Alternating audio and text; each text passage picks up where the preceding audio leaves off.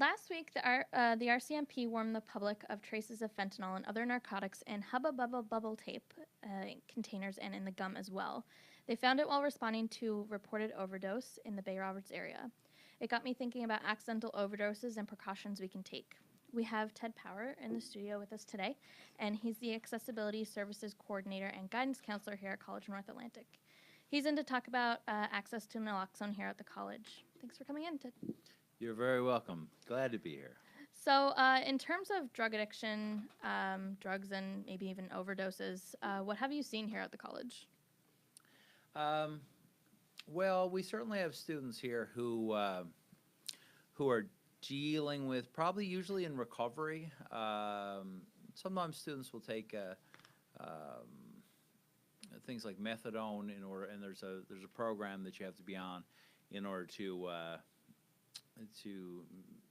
be in recovery and to continue on with that. So sometimes I'll certainly talk to students who are in the stage of recovery. I mean, certain students have been dealing with addictions in the middle, and it doesn't tend to bode well for any type of education. But that's a discussion that, I mean, it's unique to everybody who's dealing with it. But I've certainly dealt with a little bit of it. So, in terms of overdose prevention, naloxone and Narcan are the two main drugs that stop overdoses. Can you explain to me how it works, like, in the body? Yeah, sure. Well, and I'm not the expert on it, but naloxone, Narcan is is a name brand, just like Kleenex is a tissue. Narcan is a nasal spray, whereas there's other types of naloxone that could be administered by syringe, which I actually have here with me today, which doesn't go well on radio, but trust me, it's here. Yeah, so what it does is when somebody's overdosing on, say, an opioid like fentanyl, or it could be heroin or whatever, it knocks off the receptor, it knocks the fentanyl and replaces it with the naloxone, and it prevents someone from continuing into an overdose. Because what happens is when somebody overdoses, it stops you from breathing, and that could be noticed by somebody nodding off, their breath starts to gurgle, because what happens is the autonomous nervous system stops working. Your brain stops communicating with your lungs to tell them to breathe, so you essentially suffocate. That's why too you'll see on shows, and in reality people say stay awake, stay awake, stay awake, because if you go to sleep they can't notice if you are still breathing or not. It's much harder to pick up, but if somebody's awake and talking, you can notice that they are breathing. Okay, I didn't know that that's why they ask people who are overdosing to stay awake on TV. I just assumed, like, it's a stay with me kind of thing, you're okay, but Yeah. trying to soothe them. Any type of, I mean, and it could be anything. It could be alcohol. It could be any type of drug. It could be a head injury. When you lose consciousness, you don't want to lose consciousness because a number of things could happen. You could, fall into a coma. It could be, there's many different reasons why you would be kept awake just until these paramedics arrive and they can assess the situation. Mm-hmm. So you have the naloxone kit here with you. Did you want to just explain to us what's in it and how to use it? We do have the camera right there if you wanted to show the camera. So this is a naloxone kit. This is available to anybody. I got this at the Tommy Sexton Center down in Pleasantville, and I got it off of Tree Walsh. And Tree Walsh is the go-to person for that. She's the coordinator of that center. So this is available to the public. I just have it for, I guess it's double duty. It's for education, because I also do mental health first aid, and if I ever needed it for a student. So what you would do is, this is naloxone right here. So this, you would take it and dump it out, and you would crack it, and you will put in the syringe and suck it up, and just like on a TV show, you take it, you suck it up, and then you push it through, and you flick it, you get the bubbles out, and then you jab it either in their leg or their arm or their butt. So anywhere with like lots of muscle mass. Lots of essentially. muscle, yeah, any type of muscle, fat, anything like that. That's what you want to put it in, but you want to put it in a muscle. Just so it gets like in the bloodstream really Yeah, fast. that's right. So you would do that. And what happens is if a person's overdosing, they come out of the overdose.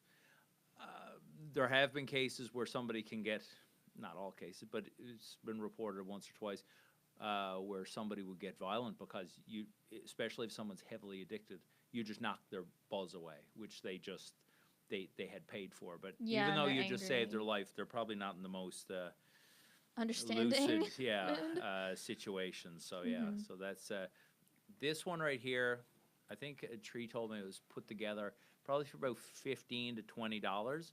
But whereas Narcan to buy off the shelf, which I think a lot of the paramedics have in their wagons, that would be about $75. So it's quite pricey. So that's why I have the $15 one, not the $75 one, because So I want to make it clear that this is your own personal naloxone kit. But you mentioned to me earlier that the college is working on getting their own kits, right? yeah, there's discussion. There has been discussion about it. I mean, it's any type of offshoot of mental health in order to get with the times, and catch up, because opioids are certainly become an issue, and they're in Canada and the States, like they call it, the opioid epidemic, and I think there is certainly with availability of legal drugs, like your OxyContins and things like that, and again, a name brand, but there has been these are very highly addictive drugs. So while they can be, not to criminalize or villainize them, but vilify them, they can be they're very powerful tools, because say someone with doing pain management, opioids can be very powerful, but they can also they are highly addictive. So it's just that mindfulness of that, and addiction is a type of mental illness, which is it's a sticky one for sure. So what should students do if they see someone having a drug overdose? Well, I guess any time that anybody's in harm's way or in need would be to call 911. Stay with the person.